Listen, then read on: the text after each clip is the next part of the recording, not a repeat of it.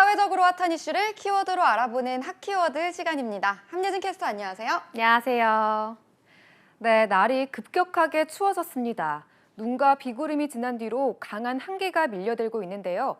강원 동해안과 산간에는 눈이 가득 쌓이면서 교통사고가 잇따르고 한때 도로가 통제되기도 했죠. 경기 구리포천 고속도로에서는 차량 47대가 잇따라 부딪히며 사망자도 발생하고 30여 명이 다치기도 했는데요. 사고 원인으로 지목된 건 이른바 블랙 아이스라고 불리는 노면의 살얼음입니다. 핫키워드에서 짚어보겠습니다. 한순간 대형 사고로 이어질 수 있는 블랙 아이스, 정확히 어떤 현상인가요? 네, 블랙 아이스는 도로 위에 코팅되던 얇은 빙판이 생기는 현상인데요. 검은 아스팔트색이 그대로 비춰져서 이런 이름이 붙었습니다. 문제는 그렇다 보니 살얼음이 있는지 없는지 인식이 어렵다는 거죠. 약한 눈이 올 때 더 조심해야 하는 이유인데요. 기온이 영하로 떨어지지 않더라도 그늘진 곡선 도로나 터널 앞, 고가도로 등에서 생기기 쉽습니다. 기온이 영하로 떨어지는 12월과 1월에 주로 되풀이 되는데 블랙 아이스 추정 사고는 매년 1000건 가까이 발생하고 있습니다. 그래서 폭설보다 무서운 게 블랙 아이스라는 말까지 나오는 걸까요? 네, 맞습니다. 이번 구리포천 고속도로의 연쇄추돌 사고도 블랙 아이스가 유력한 원인으로 꼽히는데요. 일단 이 블랙 아이스에 걸려들면 속수무책이라고 합니다. 손도 못 쓰고 몇백 미터를 그냥 미끄러질 수 있기 때문인데요. 한국도로공사에 따르면 블랙 아이스 구간의 경우 일반 도로보다 14배, 눈길보다 6배가량 더 미끄럽다고 합니다. 그래서인지 매번 겨울이면 이런 사고가 반복되는 것 같아요. 네, 그렇죠. 한국교통연구원이 2015년부터 5년간 교통사고 사망자를 분석한 결과를 보면요.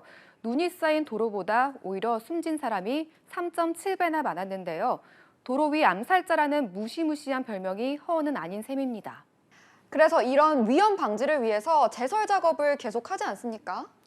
네, 국토교통부에 따르면 이번에도 마지막 제설 작업이 있었고 도로 전강 표지판 안내도 작동했다는데요.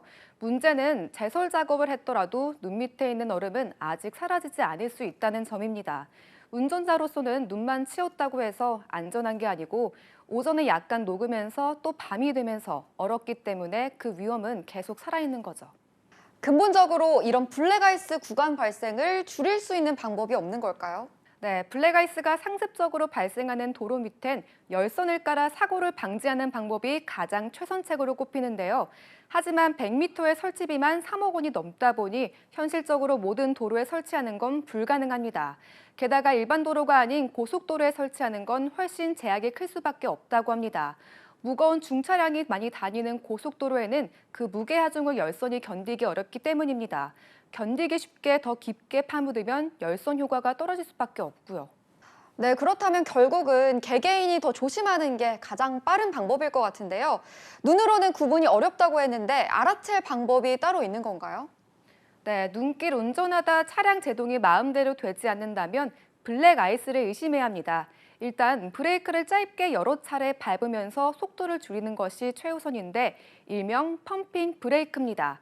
이때 핸들은 조작하지 않는 것이 좋습니다. 브레이크 제동이 되지 않는 상황에서 무리하게 핸들을 움직이면 차량이 차선을 이탈해 도로 구조물과 충돌할 가능성이 높기 때문인데요. 그리고 겨울철엔 가능하면 서행하고 앞차와의 간격을 충분히 두는 운전 습관을 갖는 게 필요합니다. 네, 미끄러졌다 하면 대형 사고로 이어지는 블랙 아이스. 당장 운전자의 주의가 최우선 방법이긴 하지만요. 장기적으로 열선 보안 등 추가적인 대책도 뒷받침되어야겠습니다. 지금까지 핫키워드 함예진 캐스터였습니다. 고맙습니다.